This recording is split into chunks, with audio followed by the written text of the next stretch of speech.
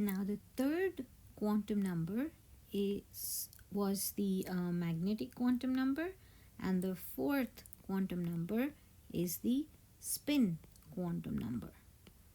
The importance of this quantum number, which is denoted by M subscript S. I think in one of my previous videos I said substitute, I think, but it's actually subscript. So the previous one was M subscript L, M sub L, and this one is M sub S. Now M sub L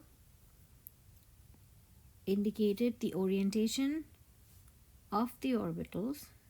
Each M sub L was one orbital. Each value of M sub L was indicating one orbital which has 2 electrons. M sub S tells us how the orientation of the electrons' rotation is.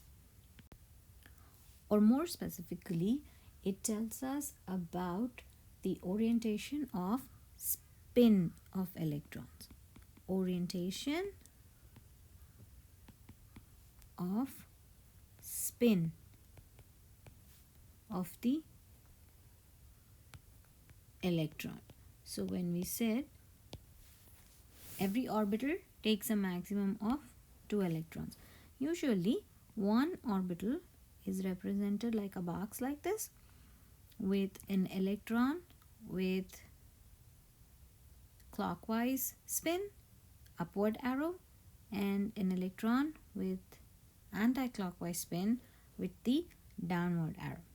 So usually S orbital is represented like this, which has 2 electrons, maximum of 2 electrons, one with an upward arrow and one with a downward arrow. So this is written as spin positive half, and the downward arrow spin negative half. Now p orbitals are a set of 3 degenerate orbitals like this, and if a p orbital is full, there are 6 electrons, 3 of them with a clockwise spin and 3 of them with an anti-clockwise spin. And if there are 5 d orbitals,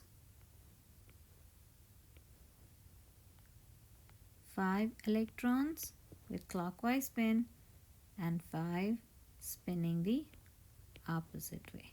These are the representations. So spin quantum number tells us about the orientation of spin of the electron, and this will be the basis of electronic configuration, which we will learn in the future videos.